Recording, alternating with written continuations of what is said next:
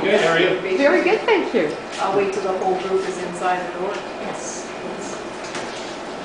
Couldn't get National New Year Day. Well, welcome. We thought this would be a good time this evening to be able to show the public what it is we actually do and be able to demonstrate how lucky we are to have all the equipment and all this new technology. So this is an actual surgical team that works at the hospital. We have Suzanne Brady, who's giving the IV sedation tonight. She's one of our nurses. We have Dr. Graham. We have Christine Stiles, who's one of our physician assists. Jeff Derman back in the corner is one of our nurses who tonight is demonstrating for us the capability of all of our monitors. We have Shelley Sullivan, who's our RPN. Welcome. I think one of the first things you'll notice is that our lights are a little bit subdued. So when we do laparoscopic procedures, we turn the lights down a little so that we don't have the glare of all of the overhead lights that would be shining on our monitors. So the lights are a little bit down. But if it were a major surgery that wasn't laparoscopic, we would have all of the overhead lights would be on. It would be very bright. Dr. Graham is demonstrating the capability of our new LED lights. They're LEDs, very similar to your Christmas lights. They say that they're most efficient. They're less costly. They're a good source of limiting your amount of energy used. But one of the big benefits for us is they don't produce a lot of heat.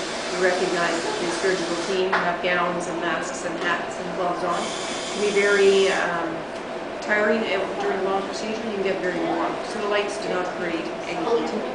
No heat at all.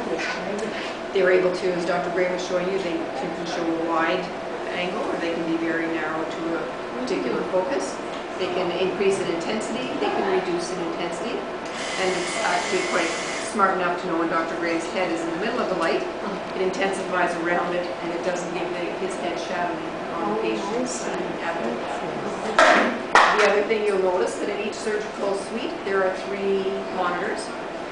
This one actually would often be turned for the anesthetist to use so she can follow the surgery. Because they often need to know where the surgeon's at to know when to wake the patient up. Put them down and sleep.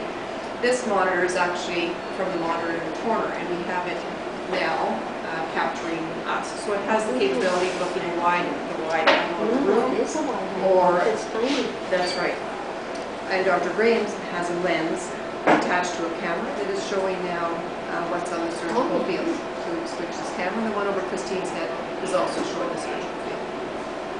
These cameras also have the capability of transferring these images to the room next door. So if Dr. Graham wanted a consultation with the surgeon in the next room, we could call, for example, Dr. Alfatori next door, say, Dr. Alfatori, we'd like you to look and see what it is that we're looking at here. The image could be transferred. So they can see it exactly. It saves a lot of time, exactly. Dr. Graham can explain a little bit more. So what we're talking about is taking a live image from say this instrument, and this is what we look at through 90% of our laparoscopic cases, what you're seeing up on the monitor. We look at the screen and we operate. And so this information can be passed readily between the 2 rooms. Let's say there was a gynae case going on in the room next door, and there was lots of adhesions, and the gynecologist was concerned about maybe injury to the bowel. They would want a general surgery consult right away. So all they have to do is just, we transfer their live images to our monitor. I don't have to do anything. I just look up on my monitor. He then, with his instrument, shows me the area of his concern. We have a conversation through the 2 rooms, and we come to a resolution as to what, if anything, we need to do, about that issue. An additional capability is the ability to send this live image down to the Ottawa hospital in an identical fashion and have it show up in the operating rooms of the Ottawa hospital. And we can have a similar conversation live with the surgeon down there as they look at our images in his room, and again have a up to the second consultation about what's happening here live at the Pembroke Regional Hospital. One of the potential applications of this whole type of technology relates to training of surgeons, particularly with respect to laparoscopic procedures. For instance, the laparoscopic colon resections is an advanced laparoscopic technique that takes lots of training. And in the process of that training, there's lots of mentoring that goes on. The difficulty is that it's very hard to get a surgeon with that kind of expertise to say, come up to the Pembroke Regional Hospital and provide you with that mentoring. Here at the Pembroke Regional Hospital, we've been doing these laparoscopic valve resections for 5 years, so all of our surgeons are well beyond that learning curve. But say we decided to start doing a new type of laparoscopic technique in the future, this might provide us with a means of getting mentorship without the surgeon ever having to leave their home hospital, and it's much more convenient for them, and therefore those resources presumably would much more readily be available. So it's a huge leap forward for us. If you want any information of any kind, just go through it. Yeah, So- and that's another part of the technology in the room.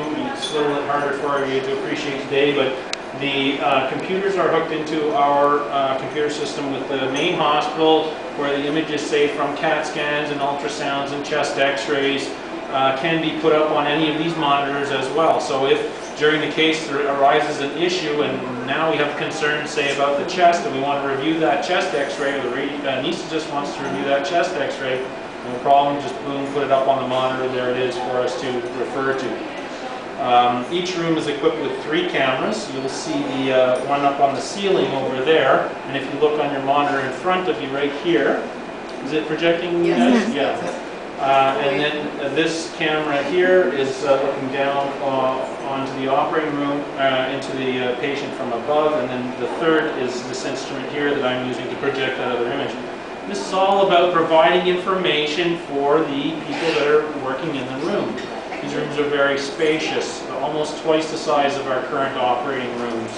And that just allows for much better mobility and utilization of our equipment, but the monitors producing these images allow the nurses and the other staff in the room to be right up to the second with what's happening in the case.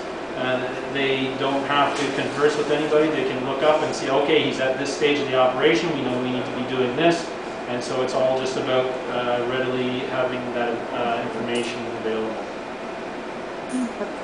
Well, this is really something. So you have information right away, you don't have to wait. No, and that's the other thing is all this is digital information, so we have the ability, if we have some, say, pathology of interest, maybe that we think will be useful in educational sessions, we can save those static images. We can also even save live video, digital video files, and use those for educational purposes as well. It's a beautiful room. It is a beautiful Nice to room, yeah. work in. Yeah, absolutely. It's going to be a real pleasure to work in here. Is that guy gonna make it? Sorry, what was that? Is that guy gonna make it? I don't know. He's pretty tough. He's been a super patient. Hasn't complained at all tonight. I think he's had like, what, 15 lap goalies? Oh, that's Just keeps growing it all up. I'm so glad I came. Yeah, we are too. Well, see you tomorrow. Oh, thank you.